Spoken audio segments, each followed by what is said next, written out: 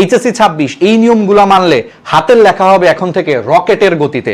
অর্থাৎ তুমি 60টা সৃজনশীল লেখেও ইনশাল্লাহ তোমার হাতে পর্যাপ্ত টাইম থাকবে, যেই টাইমে তুমি বসে বসে হচ্ছে রিভিশনও দিতে পারবা যে ক খ গ ঘ তুমি সব ঠিক মতো লিখছো কিনা, মার্জিন করছো কিনা। কি স্বপ্নের মতো মনে হচ্ছে? মোটেও স্বপ্ন না।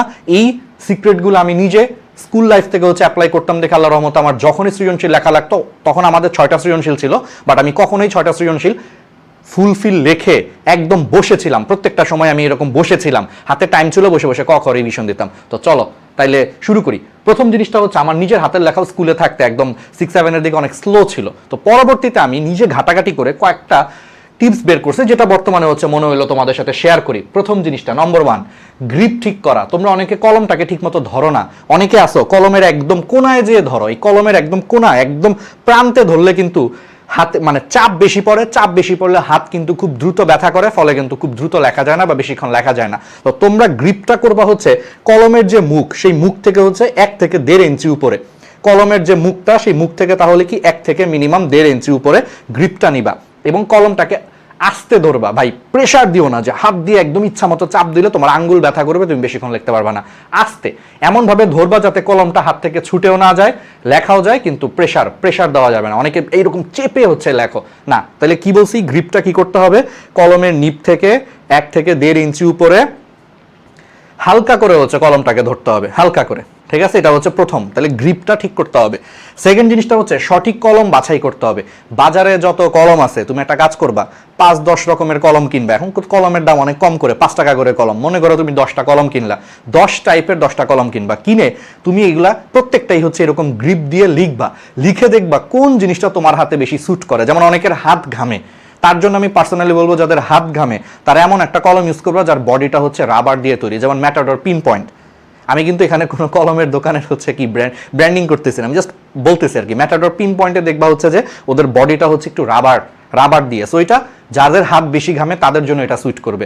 এখন ধরো এক একজনের এক এক রকম, তোমার কাছে একরকম লাগতে পারে, আমার কাছে আরেকটা কলমকে বেটার মনে হতে পারে। এই জন্য বলছি যে 8 থেকে 10টা টাইপের তুমি কলম কিনে বাসায় একটু লিখে দেখো কোন কলমে লিখতে তোমার কমফোর্টেবল লাগে এবং তুমি খুব দ্রুত লিখতে পারতেছো। সেই কলমটাই 2-4টা করে হচ্ছে নিয়ে পরীক্ষার হলে যাবা। তারপর আরেকটা জিনিস ভুল করো, তোমরা শুধু আঙ্গুলের উপরে দেয়া লেখো। অর্থাৎ তোমার হাতের কনুই বা কবজি এগুলো কম নড়ে, আঙ্গুলের উপর চাপ দিয়ে তুমি লেখো। আঙ্গুলের উপরে চাপ দিলে আঙ্গুলগুলো খুব দ্রুত টায়ার্ড হয়ে যায়, আর খুব দ্রুত টায়ার্ড হয়ে গেলে সে কিন্তু বেশি লিখতে পারবে না। এই জন্য চেষ্টা করবা হচ্ছে গ্রিপটাকে স্লোলি ধরে এই যে এরকম করে লেখা, যাতে তোমার কবজিটাও নড়তেছে, সাথে একটু কনুইটাও যাতে তোমার নড়ে। আর চেষ্টা করবা কনুইটা হচ্ছে বেঞ্চের উপরে রাখার জন্য, সাপোর্ট দিয়ে রাখার জন্য, তাহলে হাত ব্যথা কম করবে। অর্থাৎ কনুইটাকে বেঞ্চের উপরে সাপোর্ট দিয়ে রেখে, হালকা করে সাপোর্ট দিয়ে রেখে তুমি আঙ্গুল নড়বে, তোমার কবজি নড়বে, তোমার হচ্ছে কনুইটাও হচ্ছে একটু একটু করে হচ্ছে তোমার নড়বে। তাইলে কি হবে, পুরো হাতটাকে তুমি ব্যবহার করলে শুধু আঙ্গুলের উপরে চাপ কম পড়বে, হাত ব্যথা কম করবে। ঠিক আছে, সো তুমি বেশি লিখতে পারবা, দ্রুত লিখতে পারবা। তারপরে অনেকেই আসো ভাই মাশাআল্লাহ দিলে একটা অক্ষর, যেমন ধরো অ, এত বড় করে লেখো। এত বড় করে লিখলে তোমার তো একটা অক্ষর লিখতেই ভাই সময় চলে যাবে। এই জন্য চেষ্টা করো লেখাটাকে যতটুকু ছোট করা যায়। তুমি নর্মালি বাসায় যা লেখো তার থেকে 15-20% ছোট করে লিখবে। এখন ধরো যার হাতের লেখা এমনি অনেক ছোট, ভাইয়া আমার অক্ষরগুলি এমনি অনেক ছোট করে লিখি, তার ক্ষেত্রে দরকার নাই। কিন্তু যে অনেক বড় বড় করে লেখো, আমি স্কুলে থাকতে অনেক বড় বড় করে লিখতাম এই জিনিসগুলো জানার আগে। তারপরে যখন এটাকে ছোট ছোট করে লেখা শুরু করছি, দেখছি আমার স্পিড অনেক বেড়ে গেছে। সো চেষ্টা করবো 15-20% লেখাগুলোকে ছোট করে লেখার জন্য। ঠিক আছে, ছোট করে বাট স্পষ্ট যাতে হয়।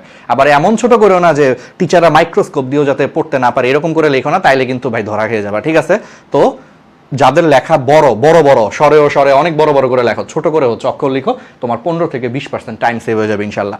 তারপরে আরেকটা জিনিস যেটা আসলে আমরা কখনোই করি না, কিন্তু এটা খুবই ইম্পর্টেন্ট, কোন একটা প্রশ্ন উত্তর করার আগে তুমি আগে 20 সেকেন্ড আসলে চিন্তা করো। যেমন ধরো তুমি বাংলা সৃজনশীলের গ নম্বরটা বা ঘ নম্বরটা অ্যান্সার করলা, তো তুমি আগে চিন্তা করো তুমি এখানে কি লিখবা, প্রথম লাইনটা কি টাইপের লাইন লিখবা, তারপরে মূল কথাটা মোটামুটি কি লিখবা, শেষটা কেমনে স্টার্ট করবা। জাস্ট 20টা সেকেন্ড মাথার মধ্যে চিন্তা করো। এতে করে হয় কি, লেখার সময় আর বসে থাকা লাগে না। আমাদের কি হয়, একটা কোশ্চেন দেখছি আর এটা তো পারি লিখি, চিন্তাও করি না যে এর অ্যান্সারটা কি হবে। হ্যাঁ এটা তো পারি। তারপরে অ্যান্সার লিখতে যা তখন একটা একটা করে চিন্তা করি, আচ্ছা হ্যাঁ প্রথম লাইনটা এটা লিখি, তারপরে কিছুক্ষণ বসে থাকি, 10 সেকেন্ড বসে থাকি, চিন্তা করি আচ্ছা দ্বিতীয় লাইন এটা লিখি, তারপরে 15 সেকেন্ড বসে থাকি, ও আচ্ছা এই লাইনটা তো মনে পড়ছে, এই লাইনটা তো লেখা উচিত, হ্যাঁ লিখি, তারপরে আবার 5 সেকেন্ড বসে বসে ভাবি, ও আচ্ছা এই লাইনটা লেখা উচিত। এমনি করে তুমি খেয়াল করে দেখো অনেক সময় বেশি নষ্ট হয়। এর থেকে তুমি কোনো একটা কোশ্চেনের উত্তর লেখার আগে 20 থেকে 30 সেকেন্ড সর্বোচ্চ তুমি একটু মনে মনে সাজাও যে প্রথম লাইন এইগুলা লিখবো, তারপরে মূল পার্টে হচ্ছে এই লাইনগুলা সাদৃশ্য বৈসাদৃশ্যগুলো তুলবো, লাস্ট পার্টে হচ্ছে এরকম একটা লাইন লিখে দিব, ব্যাস। এইবার তুমি লেখা শুরু করো, এবার দেখবো তোমার লেখার মাঝখানে কোনো চিন্তা করা লাগতেছে না, লেখাটা অনেক ফাস্ট হচ্ছে। এই চিন্তা করতে করতে আমাদের লেখা অনেক স্লো হয়ে যায়, ঠিক আছে, এটা একটা কারণ। আর হচ্ছে 30 মিনিট পর পর হাতটাকে একটু স্ট্রেচ করবা। ধরো তুমি 30 মিনিট অনেকক্ষণ লেখছো, জাস্ট 30 মিনিট পর পর তুমি 10 সেকেন্ডের ব্রেক নিবা, ব্রেক নিয়ে একটু হাতটাকে স্ট্রেচ করবা। বা ধরো একটা সৃজনশীল লেখা শেষ হয়েছে, একটা সৃজনশীল কতক্ষণ 20 মিনিট করে না, তো 20 মিনিট মনে করো একটা সৃজনশীল লেখছো, পরের প্রশ্ন যাওয়ার আগে একটু হাতটাকে স্ট্রেচ করলা, তো এতে করে কি হয় হাতের যে ক্লান্তিটা সেটা চলে যায়। একটু এরকম এরকম করলা 10 সেকেন্ড ধরে এরকম করলা, তাহলে দেখবা হাতের ক্লান্তি দূর হয়ে যায়, আবার তুমি সুন্দর একটা স্পিডে পরের সৃজনশীল লিখে ফেলতে পারো। এই স্ট্র্যাটেজিগুলো ভাই অ্যাপ্লাই করো, বিলিভ করো তোমার হাতের লেখা আগের থেকে অনেক রকেটের গতিতে হবে। গ্রিপটা ঠিক করবা, সঠিক কলম বাছাই করবা, কবজি ও কোণের ব্যবহার করবা, শুধু আঙ্গুলের উপর দিয়ে লেখো না, ছোট করে অক্ষর লিখো, যাদের হাতের লেখা বড় বড় ছোট করে লেখো ভাই, নয়তো তোমার কিন্তু সময় বেশি লাগবে। আর উত্তরের আগে 20 সেকেন্ড 25 সেকেন্ড চিন্তা করে নাও যে এক্স্যাক্টলি তুমি প্রথম লাইনে কি টাইপের জিনিস লিখবা, মাঝখানে কি লিখবা, লাস্টে কি লিখবা, তাহলে আর লেখার মাঝখানে বারবার চিন্তা করা লাগে না। আর 30 মিনিট পর পর সম্ভব হলে একটু 5-10 সেকেন্ড একটু হাতটাকে একটু এরকম করো, তাহলে হাতের রেস্ট হয়, হাত হচ্ছে অনেক ভালো কাজ করে, ঠিক আছে। তো এই হচ্ছে তোমার ব্যাপার। আর আমরা তোমাদের সাথে আসি, আরটিডিএস রাহাত ভাই, আমরা সবসময় তোমাদের সাথে আছে। আর কি কি জিনিস নিয়ে ভিডিও লাগবে আমাদেরকে কমেন্টে জানাও। আর আরটিডিএস কিন্তু তোমাদের সাথে হচ্ছে আছে, তোমাদের এইচএসসি পরীক্ষার পর ইনশাল্লাহ যাদের মেডিকেল টার্গেট তাদের সাথে আমাদের আরটিডিএস মেডিকেল ব্যাচে আশা করি দেখা হয়ে যাবে। সেখানেও হচ্ছে আমরা মেডিকেল অ্যাডমিশনের জন্য পড়বো। তবে এখন তুমি এইচএসসিতে ফোকাস করো, নিজের বেস্টটা হচ্ছে দাও, ঠিক আছে। আর আমাদের যে পেজটা থেকে হচ্ছে ভিডিও দেখতেছো একটু সাবস্ক্রাইব করে রাখো, কারণ তোমাদের এইচএসসি 26 নিয়েও আরও অনেক কাজ হবে, এবং এইচএসসি পরীক্ষা শেষ হওয়ার পর তোমাদের মেডিকেল অ্যাডমিশন নিয়ে অনেক কাজ হবে, ঠিক আছে। তো আরটিডিএস তোমাদের সাথেই কিন্তু সবসময় হচ্ছে আছে।